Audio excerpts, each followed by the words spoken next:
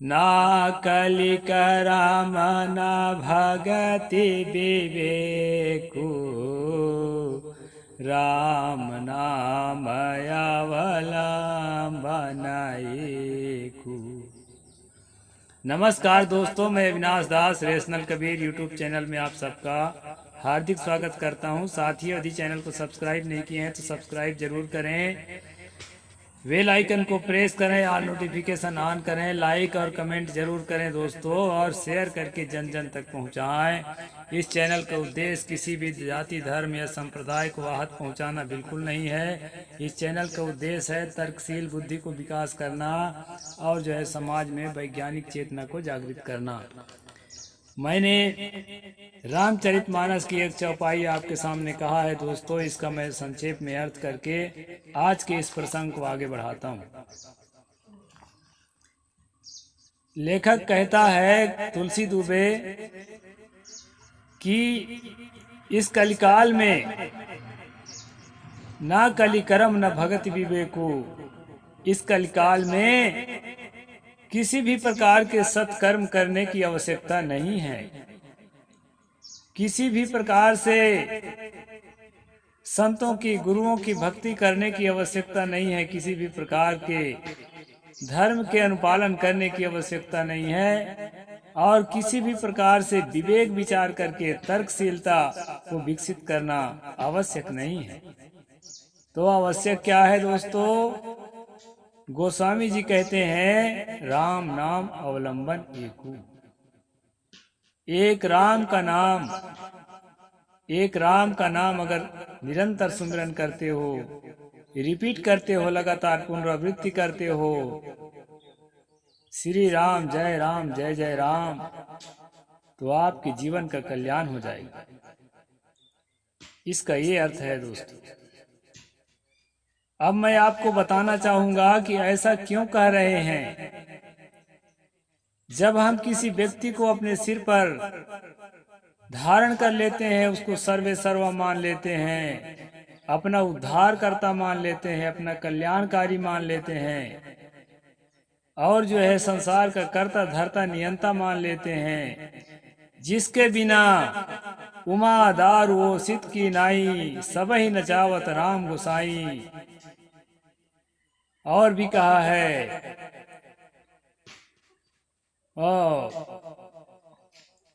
होई है सोई जो राम रचि राखा, को करी तरक बढ़ाम ही शाखा।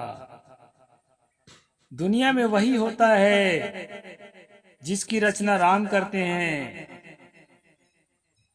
जितनी चाबी भरी राम ने उतना चले खिलौना। ऐसे गीत गा करके, कविता बोल करके हमारे मन को जब ब्रेनवॉश कर देते हैं दोस्तों, तो लगता है कि सब कुछ तो वही है, तो उसको छोड़कर दूसरा और क्या हो सकता है। फिर हम उसके अनुपालन करते हैं, उसके एक एक वचनों को, जब हमारा गहरा प्रेम हो जाता है तो उनके एक एक वचनों को हम पालन करने लगते हैं। क्योंकि जब गुरुआ आता है, गुरुआ कहने का मतलब है कथावाचक। तरह तरह के कथावाचक आते हैं, तथा साधु संत आते हैं, लाल पीला पहन करके, तरह तरह के माला पहन करके, और यहाँ जो है कोई बेड़ा चंदन लगाता है, कोई खड़ा चंदन लगाता है, और वैसा श्रृंगार करके आता है भयानक, कि लगता है कि भाई ये तो है ही है, आम आदमी तो हट के है, इसकी बात मानना पड़ेगा। तो वो जो है संस्कृत में बात करता है दोस्तों, और क्या कहता है उसको मैं आपको बता रहा हूँ। श्रुति स्मृतिर्ममैवाज्ञा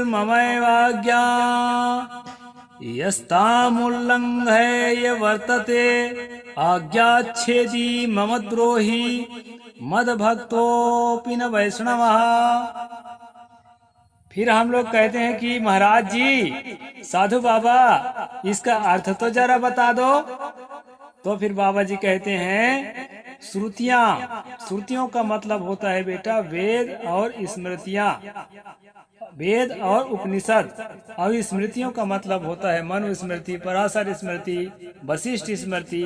इस प्रकार के स्मृति किताबों का भाग है और वेद किताबों का भाग है। तो श्रुति और स्मृति क्या है? ममैव आज्ञा, ये मेरी ही आज्ञा है।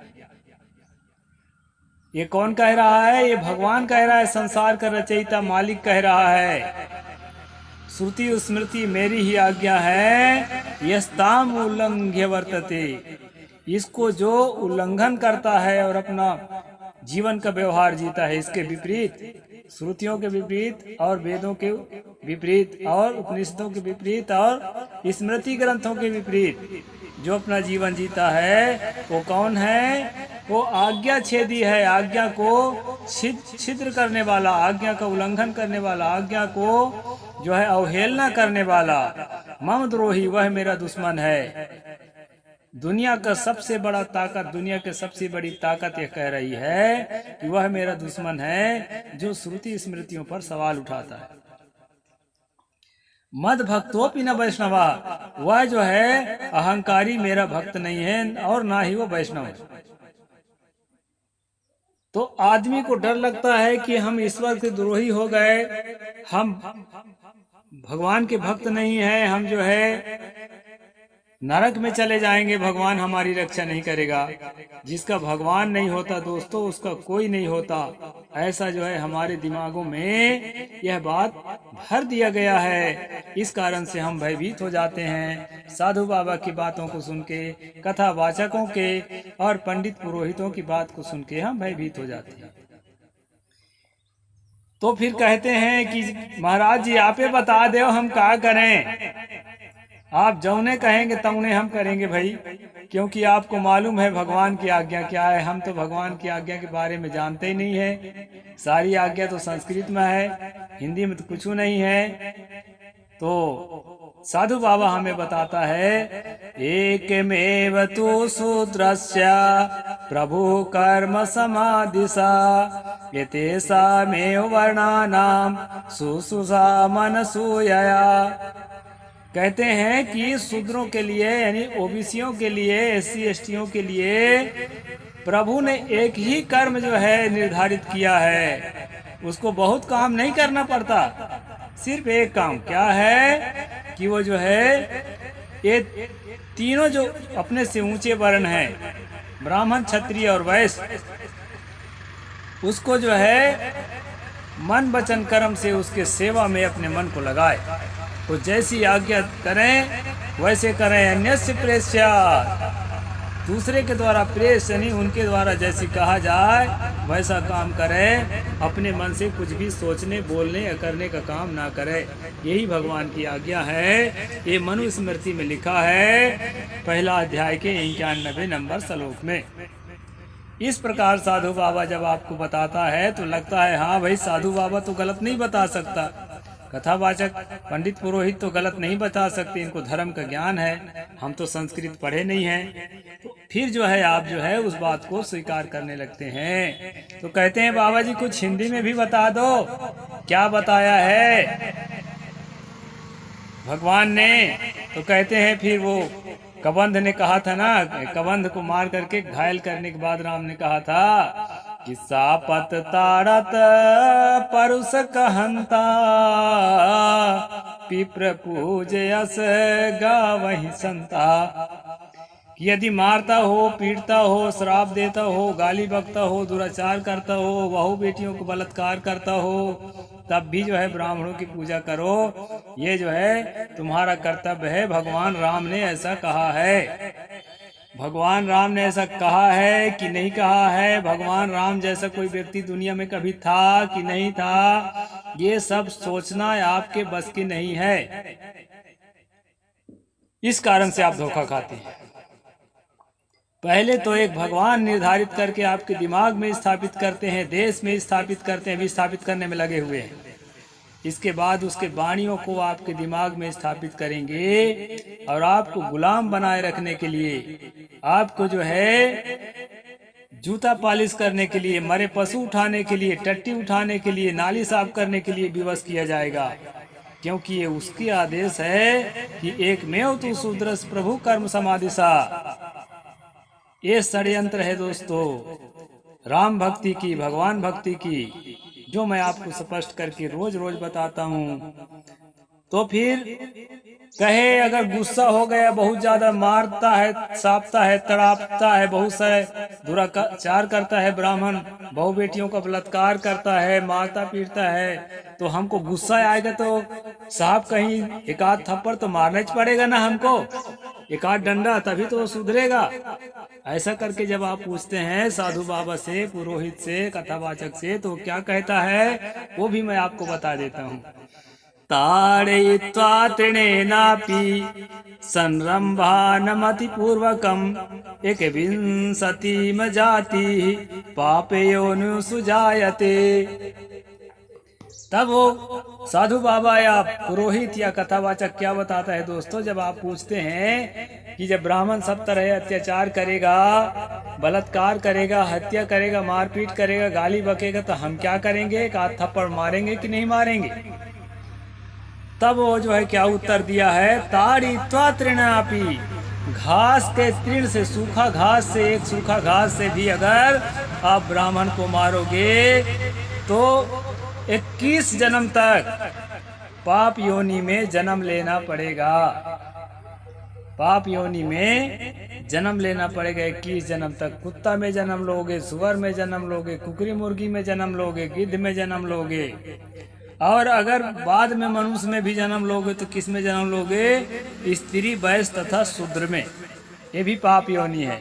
इसको गीता में बताया है दोस्तों, माहि पार्थ व्यपाश्रित्या एस्यो पापयोन्यः स्त्रियो वैश्य तथा शूद्रोपि यान्ति परमाम गति।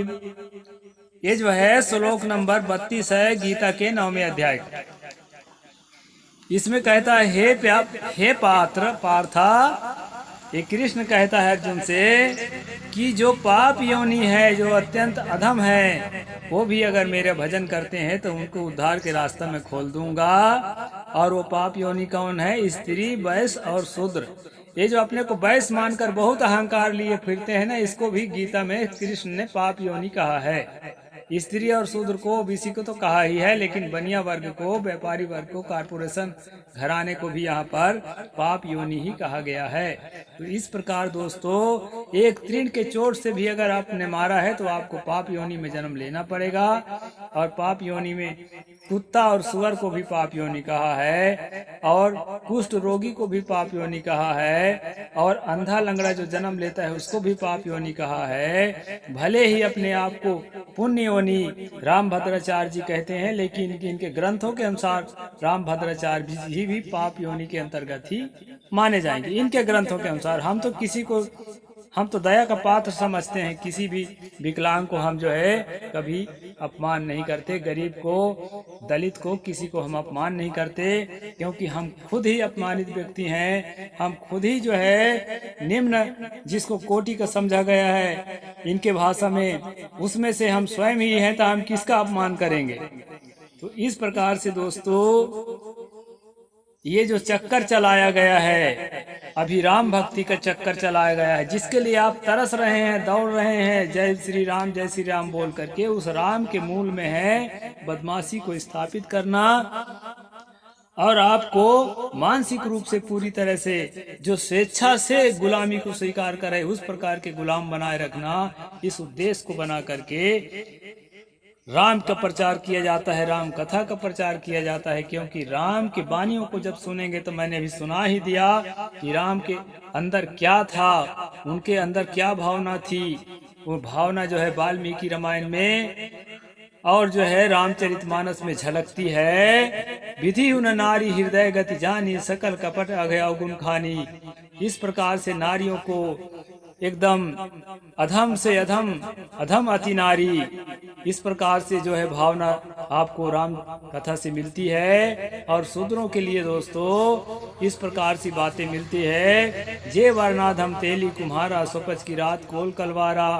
तो जो तेली है, कुम्हार है, कलार है, ये वर्णों में अधम है, और इसी को खत्म करने के लिए राम जो है जन्म लिए हैं। जहाँ कहते हैं ना कि बालकांड में कि जब जब हो ही धर्म की हानि, बाढ़ असुर अधम अभिमानी,